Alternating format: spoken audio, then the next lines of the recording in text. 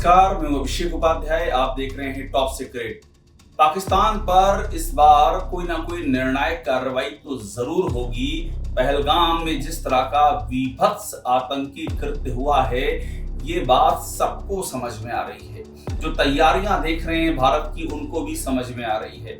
जिनको फोर्सेस के मूवमेंट का जरा भी अंदाजा नहीं है, जिनको ये जो जार्गन होते हैं, यानी कि जो मिलिट्री के जार्गन, मिलिट्री की शब्दावलियां जिन्हें समझ में नहीं आती हैं, वो भी ये समझ रहे हैं कि कुछ तो होने वाला है। सवाल है कि वो कुछ क्या हो सकता है। वो वार रूम का प्लान क्या है, भारत क्या करने जा रहा है। मैं क्लियर कर दूं कि हम ये दावा नहीं कर रहे हैं कि हम जो बता रहे हैं भारत वो करने जा रहा है। ये दावा करना भी नहीं चाहिए। वार रूम प्लान सीक्रेट होते हैं, लेकिन जो बात समझ में आती है, आपको अपने तजुर्बे से समझ में आती है। आपने अगर वार कवर किए तो समझ में आती है। मैं अपनी बात कहूं तो मैंने आर्मीनिया, अजरबैजान का वार कवर किया है, यूक्रेन का वार कवर किया है। मैं पहला भारतीय पत्रकार था जो यूक्रेन पहुंचा था और इस वार को कवर किया है।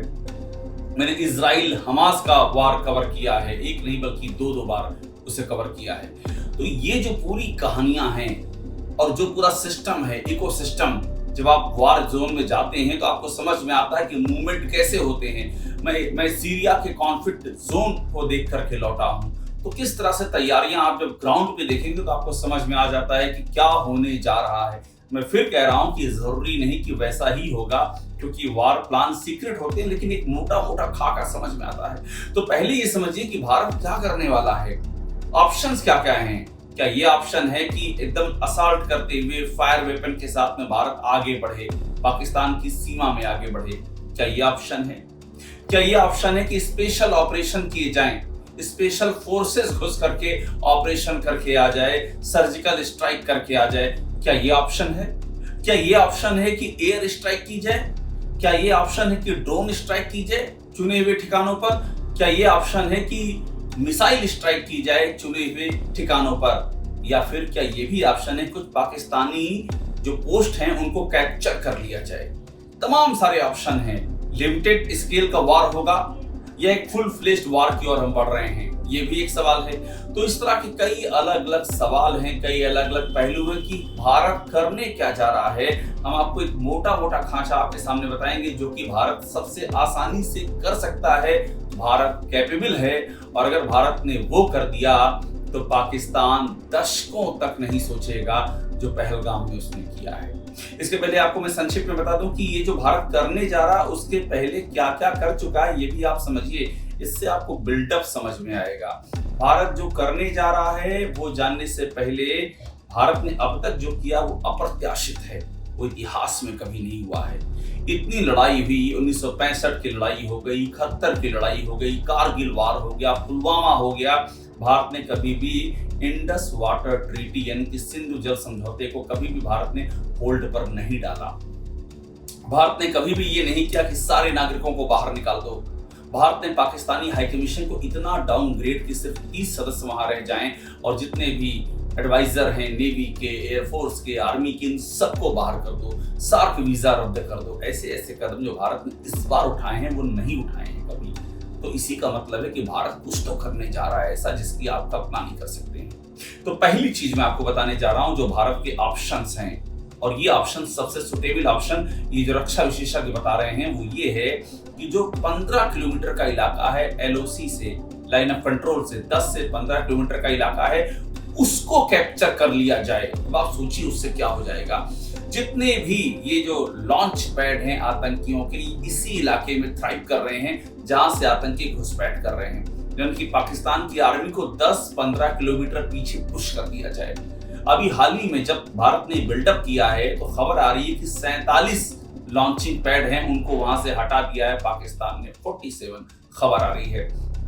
उनको ये अंदेशा है कि उनको टारगेट किया जा सकता है, सर्जिकल स्ट्राइक हो सकती है, लेकिन आज हटा दिया है, कल फिर वहां वो थ्राइव करेंगे, कल फिर वहां वो जम जाएंगे।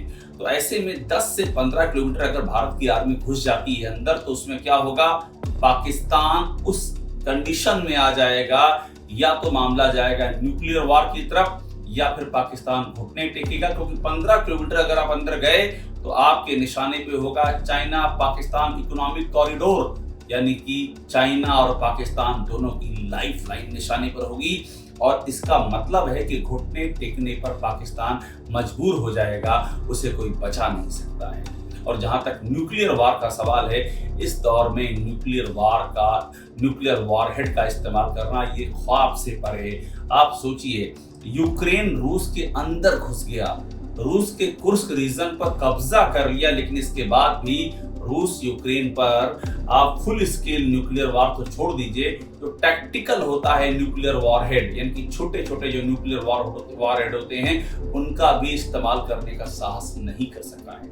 और रूस तब नहीं कर सका है जबकि यूक्रेन के पीछे नाटो के तमाम देश थे, यूएसए था, पश्चिमी ताकतें थी, इसके बाद भी न्यूक्लियर वॉरहेड का इस्तेमाल जबकि रूस कैपेबल है, उसके पास अमेरिका से भी ज्यादा न्यूक्लियर वॉरहेड है, लेकिन वो यूक्रेन जैसे छोटे देश पर भी इस्तेमाल नहीं कर सका है, क्योंकि कॉन्सिक्वेंसेज, उसके परिणाम बहुत भयानक होते हैं। तो ये तो मैंने आपको बताया जो जमीन पर भारत की तैयारियां हैं, जो भारत कर सकता है। अब जरा बात कर ले पानी की, यानी कि नेवी की। देखिए, ये जो भी इनकेस ये अटैक हो रहा है या होने जा रहा है, तो ये एक तरफा नहीं होगा, ये मल्टी प्रोंग्ड होगा। समझ नहीं आएगा पाकिस्तान को कि हो क्या रहा है। अगर जमीन पर भारत की सेना यूं जाएगी, तो आप बात करें पानी की, समंदर की बात करें, तो दो बड़े विमान वाहक पोत भारत ने ऑलरेडी डिप्लॉय कर दिए अरब सागर में। एक है आईएनएस सूरत और दूसरा है आईएनएस विक्रांत। इन दोनों को तैनात कर दिया है।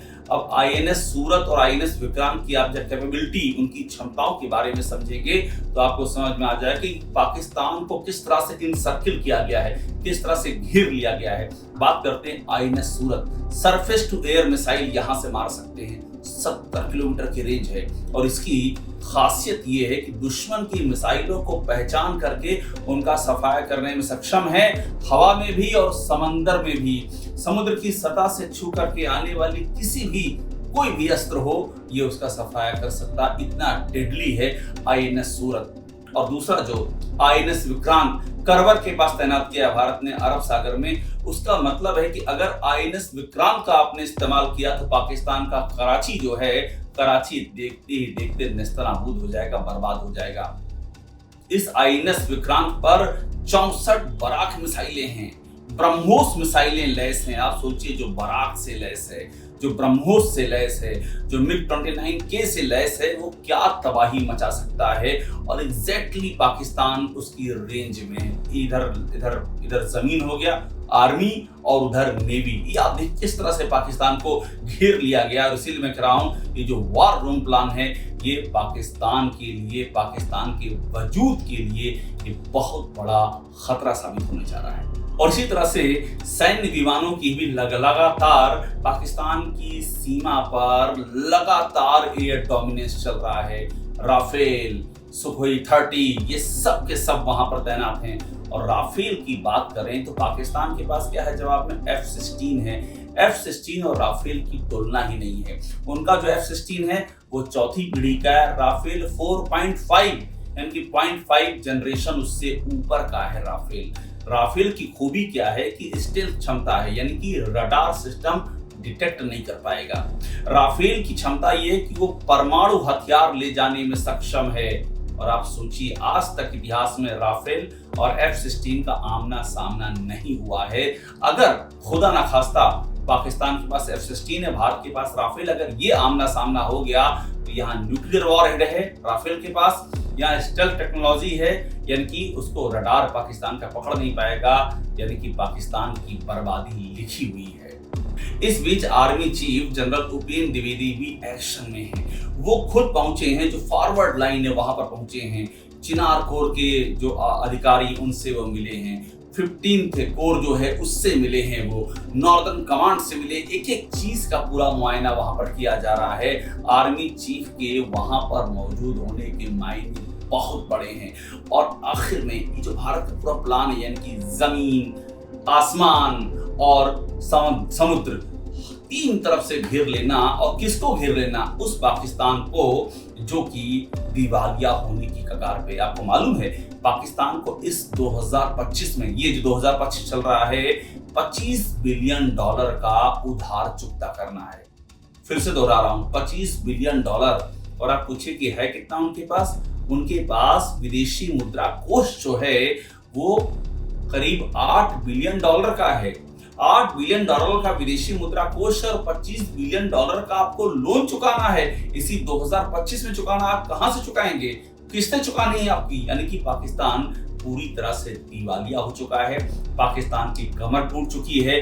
वो यूएई के आगे, सऊदी अरब के आगे, चीन के आगे भीख मांग रहा है सरवाइव करने के लिए। और जिस तरह से भारत ने इंडस वाटर ट्रीटी को होल्ड पे डाला हुआ है, तो जो पानी जा रहा है वो पानी जब रुकेगा तो उसका कल्टीवेशन, उसका जो हाइड्रो इलेक्ट्रिक पावर है, ये सब टूट जाएगा और पाकिस्तान घुटनों के दम पर आ जाएगा। कि जो भारत का पूरा प्लान है ये चौतरफा प्लान है। जमीन, आसमान, समुद्र और पाकिस्तान की आर्थिक स्थिति की कमर तोड़ देना।